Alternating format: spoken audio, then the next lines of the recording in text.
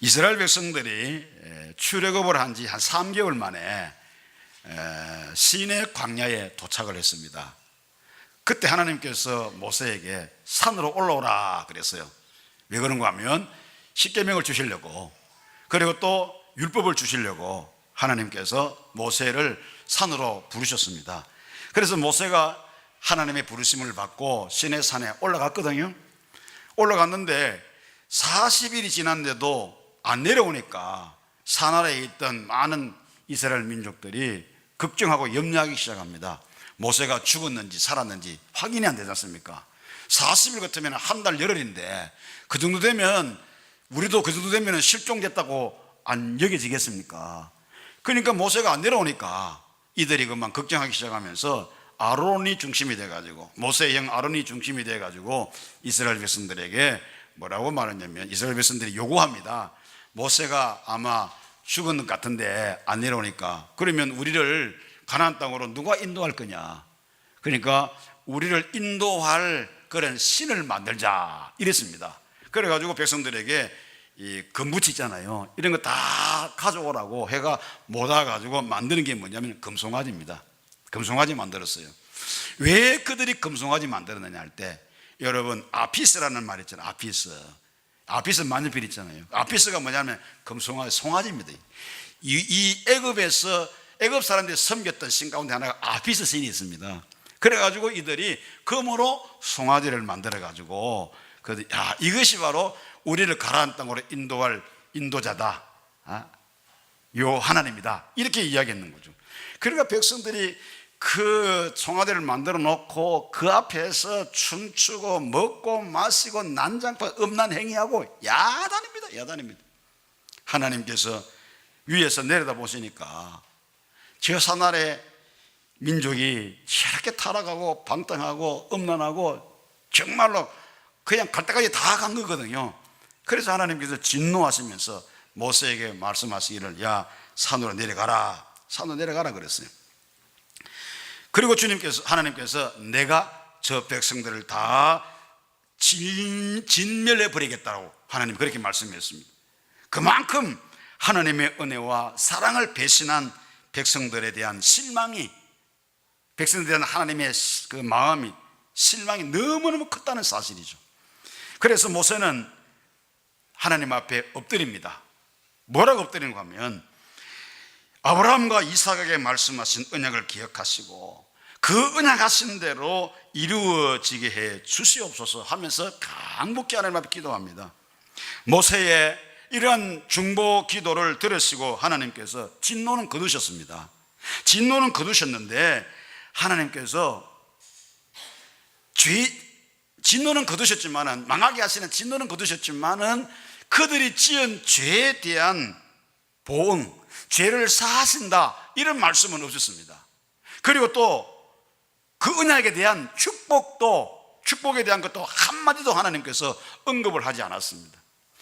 그들을 완전히 멸해버리겠다라고 하는 이 진노에 대해서는 하나님께서 모세의 기도를 들으시고 거두셨지만 그들의 죄를 사해준다, 사한다, 또 축복한다, 언약에 대한 축복한다, 이런 언급은 전혀 하나님이 하시지 않았어요. 모세가 모를 리가 없죠.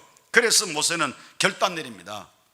산에 내려가서 결단 내립니다. 뭐라고 결단 내리는 거니까, 레위 자손들 다 불러가지고 레위 자손들로 하여금 우상 숭배에 가담한 자들 있잖아요.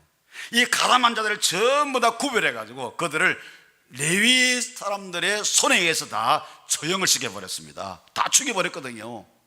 그랬더니 그 죽은 자가 몇 명이냐니까 3,000명이 죽었습니다. 엄청나게 많은 숫자가 죽었습니다.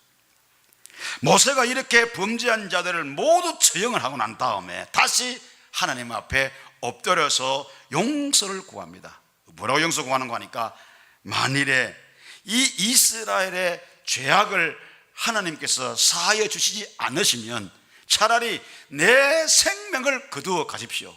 생명책에서 내 이름을 제하여 버리십시오. 그랬습니다. 그러니까 자신의 이름을 치워달라고 하면서 자기 생명을 걸고 이스라엘 백성들의 죄에 대해서 용서해달라고 하나님 앞에 간절히 간구합니다. 이러한 모세의 기도에 하나님께서는 응답을 하셔가지고 용서를 하시지만 몇 가지 당부를 하셨습니다. 그게 뭔가 하니까, 첫째는 이스라엘 백성을 이끌고 약속의 땅으로 가라. 내 사자를 모세보다 앞서 보내어 가나안 땅에 이르게 할 것이다. 이렇게 말씀하셨습니다. 앞서 가라, 이끌고 가라 그랬습니다.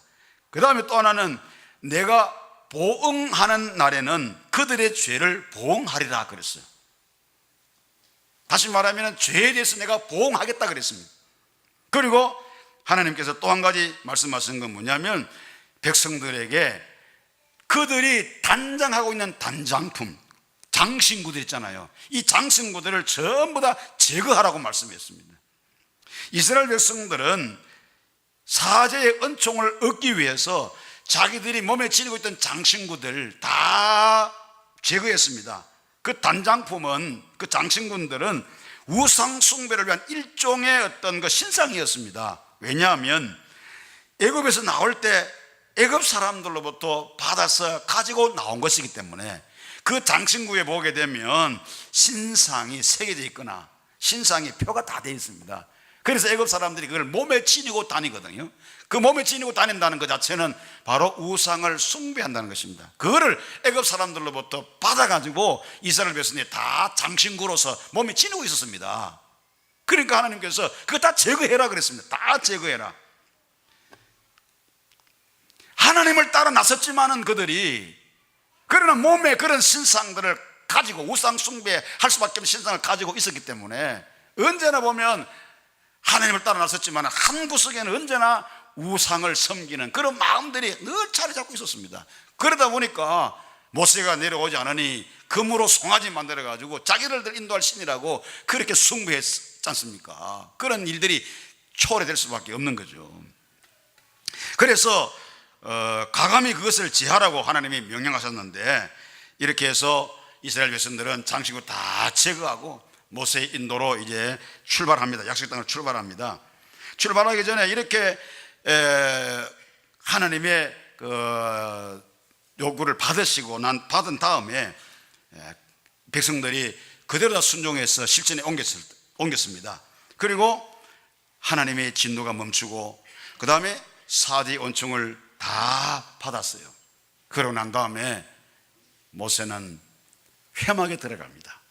회막에 들어가서 하나님 앞에 예배를 드립니다.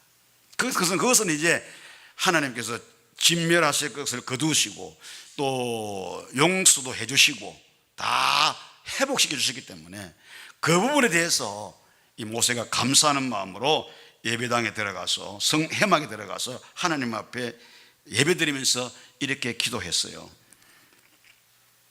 내가 참으로 주의 목전에 은총을 입었사오면 원하건대 주의 길을 내게 보이사 내게 주를 알리시고 나로 주의 목전에 은총을 입게 하시며 이 족속을 주의 백성으로 여기소서 하고 기도했습니다.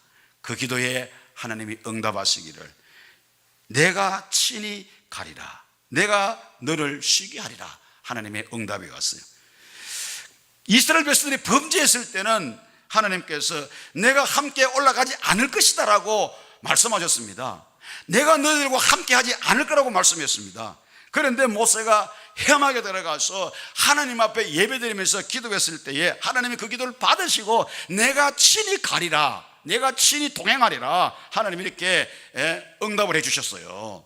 그런데 오늘 본문 11절 마지막 절에 보면 모세가 회막에서 예배를 마치고 집으로 돌아갔어요. 진으로 돌아갔습니다. 그런데 11절에 보면 누가 나옵니까? 눈의 아들 여호수아는 회막을 떠나지 않았다, 그렇게 기록을 하고 있습니다. 11절에 보니까 모세는 진으로 돌아오나 눈의 아들 젊은 수종자 여호수아는 회막을 떠나지 아니하니라, 이렇게 기록을 하고 있습니다. 여호수아가 회막을 떠나지 아니했다는 것은 뭘 말합니까? 뭘 암시합니까? 여호수아가 장차 모세의 뒤를 이어서 후계자로 훈련을 받기 시작했다는 사실을 이 말씀에서 암시해 주는 겁니다.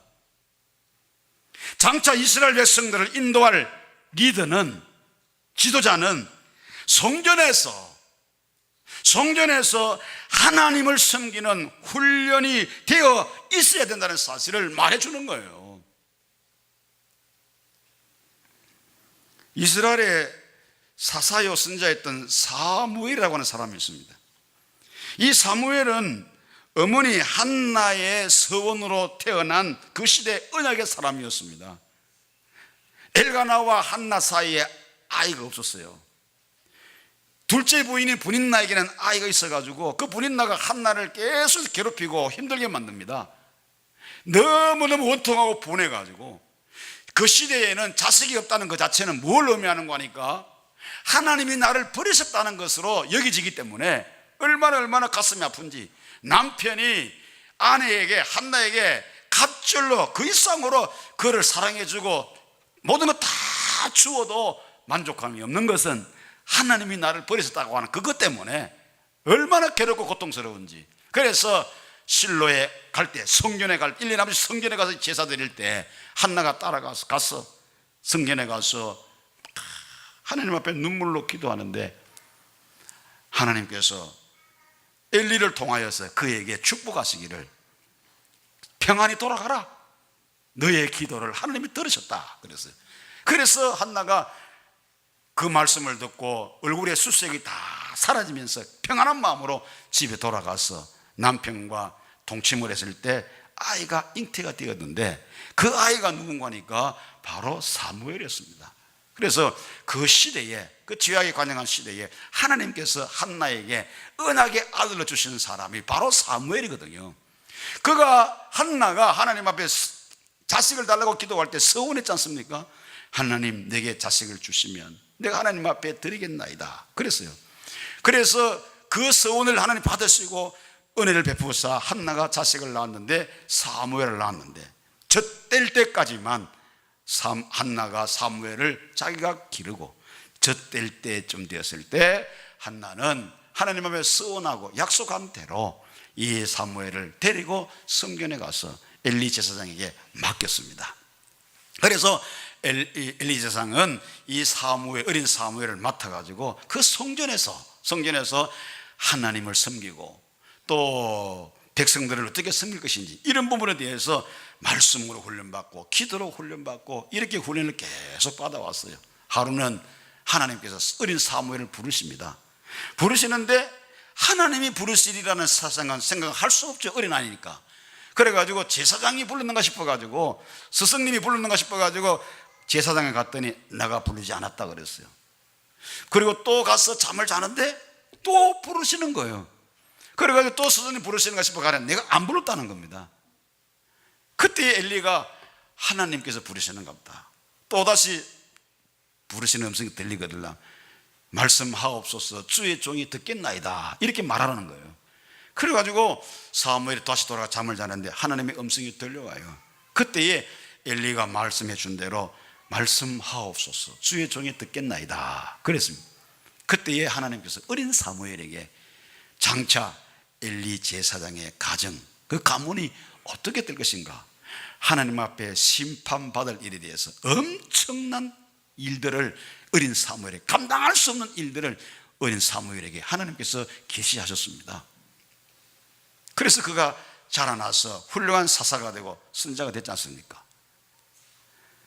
성전에서 하나님께서 그 시대에 위대하게 쓰실 인물로 쓰시기 위해서 하나님께서 성전에서 뭡니까? 말씀 듣는 훈련을 하게 하시고 말씀을 읽고 들으면서 하나님의 음성을 듣는 훈련을 하게 하시고 기도하는 훈련을 하게 하시고 섬기는 훈련을 하게 하시고 그렇게 훈련을 하게 하셔가지고 때가 되면 하나님께서 위대한 하나님의 사사로 위대한 하나님의 선지자로 사용을 하셨습니다. 마지막 사사 아닙니까? 그런데 정말로 위대한 사사요 선지자였고 제사장이었습니다. 사랑하는 성도 여러분이요, 이렇게 하나님의 교회를 세우고 섬겨야 할 주의 백성들은 하나님의 성전을 떠나가지 않는, 하나님의 성전에 머물면서 말씀의 훈련을 받고 기도의 훈련을 받고 교회를 섬길 수 있는 여러 가지 일들을 훈련받아가서 정말로 하나님께서 쓰시는 일꾼이 되어져서 그렇게 하나님을 바로 섬길 때 놀라운 역사가 일어날 수가 있는 것입니다. 여호수아 역시 젊은 나이에 성막을 떠나지 아니하는 훈련을 통해서 하나님의 선택을 받아가지고 모세의 후계자로 세움을 받게 되었다는 사실입니다. 민수기 27장 15절로 17절에 보면 모세가 여호와께 여짜와 이르되 여호와 모든 육체의 생명의 하나님이시여 원하건대 이 한 사람을 이 회중에 세워 걸어 그들 앞에 출입하며 그들을 인도하여 출입하게 하사 여호와의 회중이 목자 없는 양과 같이 되지 않게 하옵소서 그랬어요. 무슨 얘기입니까? 모세는 하나님의 부르심 받아가지고 이스라엘 백성들을 가나안 땅에까지 들어가서 가나안 역사를 다 이룰 수가 없습니다. 중도에서 하나님 그를 데려갔습니다. 그래서 그렇게 되기 전에 모세는 하나님 앞에 엎드려 기도합니다. 하나님, 이 회중 가운데 한 사람을 세워가지고 이스라엘 백성들을 인도할 수 있는 영도대로 세우게 하시옵소서 하나님 앞에 기도했습니다. 일꾼을 세워달라고 하나님 앞에 기도했습니다. 그랬더니 하나님께서 응답하시는데 18절 20절 말씀에 여호와께서 모세에게 이르시되 눈의 아들 여호수아는 그 안에 영이 머무는 자니 너는 데려다가 그에게 안수하고 그를 제사장 엘르아살과 온 회중 앞에 세우고 그들의 목전에서 그에게 위탁하여 네 종기를 그에게 돌려 이스라엘 자손의 온 회중을 그에게 복종하게 하라 그랬습니다. 모세의 기도를 들으신 하나님께서 여호수아를 세워서, 왜요? 하나님 말씀합니다. 여호수아를 향하여 여호수아에게 대해서 말합니다. 그 안에, 여호수아 안에 뭐요? 영이 머무는 자다. 영이 머무는 자다 그랬어요. 하나님의 영이 머무는 자라 그랬어요. 하나님의 사람이라고 그랬어요. 성령이 그와 함께 하시는 하나님의 사람이라고 했어요. 그를 세워라. 그를 세우고 안수해라. 그리고 그들의 목전에서 그에게 위탁해서 너의 존귀, 모세의 권위, 그 모세의 권위를 그에게 돌려서, 여호수아에게 돌려서 이스라엘 자손의 온 회중을 그에게 복종하게 하라 그랬습니다. 모세는 하나님의 말씀을 따라 여호수아에게 안수했어요. 하나님께서 자기에게 명하신 것을 다 순종해서 행했습니다. 그리고 여호수아는 하나님 앞에 훈련받은 대로 모세나 하나님의 뜻에 어긋나지 않게 사명을 잘 감당했습니다. 가나안 땅을 탐지할 때에 믿음을 보였고, 모세가 죽은 다음에 바톤을 이어받아 가지고 가나안 정복에 승리했고, 마지막 이스라엘 모든 지파에게 약속의 땅을 분배하는 일을 마친 후에 하나님의 부르심을 그가 받게 되었습니다. 성도 여러분, 하나님께서는 성전을 가까이 하는 사람에게 성령으로 충만하게 하셔서 귀하게 사용하신다는 사실을 믿으시기를 축원합니다. 베드로와 요한은 날마다 성전에 들어가기를 힘썼습니다. 그래서 안전병을 일으키는 능력을 행하기도 했습니다. 시편 84편 10절 말씀에 주의 궁정에서의 한 날이 다른 곳에서의 첫날보다 나은즉 악인의 장막에 사는 것보다 내 하나님의 성전 문지기로 있는 것이 좋사오니 그랬습니다. 시편 122편 1절 말씀에 사람이 내게 말하기를 여호와의 집에 올라가자 할 때에 내가 기뻐하였도다. 여호와의 집에 올라가자 할 때에 내가 기뻐하였도다 그랬어요. 누가 나보고 교회 가자 할 때에 기뻐했다는 겁니다. 그런데 요즘 교회 가자 그러면 니나 잘 가라 이렇게 말하고 안 가는 사람 많습니다. 여러분이요, 교회 가자 할 때에 여러분은 기뻐하시기를 축원합니다. 왜요? 이 예배당이, 이 교회가 하나님께로부터 복을 받을 수 있는 축복의 장소요, 영광스러운 장소요, 여러분들이 정말로 존경이 될 수 있는 그런 축복의 장소이기 때문에 성전에 머물기를 힘쓰는 저와 여러분 되시기를 축원합니다. 시편 122편 2절 말씀에 예루살렘아 우리의 발이 내 성문 안에 섰도다. 성문 안에 섰도다 그랬어요. 오늘 직분을 받으신 여러분들은 여러분들의 발이 늘 하나님의 성전에 머물기를 축원합니다. 늘 성전을 사모하여 하나님의 집에 머물 수 있는 그런 우리가 되어야 될 줄로 믿습니다. 여러분들은 어떻게 하든 간에 성전에 머물기를 여러분들이 원하고 사모해야 되는 겁니다. 그래서 세상의 첫날보다도 하나님 궁정에서의 한 날이 얼마나 복되다고 말씀하고 있지 않습니까? 우리의 발이 성전 안에 있다는 말은 무슨 말입니까? 우리의 발이 성전 안에 머문다는 말은 무슨 말입니까? 말씀으로 훈련받고 기도로 능력받으며 봉사로 하나님의 복을 누리게 됨을 말하는 것입니다. 그렇기 때문에 오늘 저와 여러분들은 다 주일 성수에 힘을 쓰는 그런 우리가 되어야 됩니다. 어떠한 일이 있더라도 주일 성수를 사수하는 그런 여러분이 되셔야 됩니다. 일꾼들은요, 하나님의 일꾼들은 주일 성수 사수하는데 목숨 걸어야 되는 겁니다. 이것이 진정한 그리스도인과 직분받은 자들의 가져야 될 기본적인 자세입니다. 그래서 히브리서 10장 25절 말씀에 모의를 피하였던 사람들의 습관과 같이 하지 말고 오직 근하여 그 날이 가까이 오음을 볼수록 더 그리하자, 그렇게 말씀했어요. 그리고 또 말씀을 늘 가까이 하는 그런 우리가 되어야 됩니다. 말씀을 가까이 한다는 것은 뭘 말하는 겁니까? 하나님을 하나님으로 인정하는 것입니다. 시편 1편 1절로 2절 말씀에 복 있는 사람은 오직 여호와의 율법을 즐거워하여 그의 율법을 주야로 묵상하는 자로다, 그렇게 말씀을 했습니다. 내가 말씀의 지식과 지혜가 있어야 바로 섬기고 또 바로 사역할 수가 있는 것입니다. 그래서 일꾼들은, 직분자들은 1년에 성경을요 적어도 한 번씩은 읽어야 됩니다. 일독하셔야 됩니다. 아니, 교회를 섬기는 직분자들, 일꾼들이 1년에 성경도 한 번 못 읽고 우리가 성경을 말할 수 있는 자격이 있습니까, 여러분? 주일날 교회 와서 겨우 본문 찾고 그거 읽고 나면 집에 가면 성경 다 덮어버리고 갖다 얹어놨다가 일주일 만에 문지 보하게 앉는 거 닦아가지고 또 들고 오고, 그런 사람들이 교회의 직분자라고 한다고 하면 얼마나 부끄럽습니까, 여러분? 그러므로 적어도 1년에 성경 한 번씩 읽도록 하고 다독도 하고 정독도 하고 묵상도 하고, 그래야 우리가 믿음 안에 바로 설 수가 있는 것입니다. 바로 섬길 수가 있는 거예요. 말씀이 없이는 바로 설 수가 없는 거예요. 그리고 늘 또 기도에 힘써야 됩니다. 기도에 힘쓴다는 말은 무슨 말입니까? 내가 능력을 받는 길입니다. 기도로 능력받아야 사명을 제대로 감당할 수가 있습니다. 하나님의 능력을 받는 길은 기도뿐입니다. 기도 외에는 이런 일과 나갈 수가 없다 했으니까. 그래서 직분자들, 일꾼들은 새벽 기도에 힘쓰고 금요 기도에도 빠짐없이 출석해서 기도하고, 그렇게 해서 능력 받아가지고 우리 주신 사명 감당해야 될 줄로 믿습니다. 그리고 섬기는 일에도 열심을 다하는 그런 우리가 되어야 됩니다. 교사는 어린아이들을 잘 가르치고 기도해주고 사랑하는 것이 섬기는 겁니다. 찬양대원들은 그 자리를 지키는 게 섬기는 겁니다.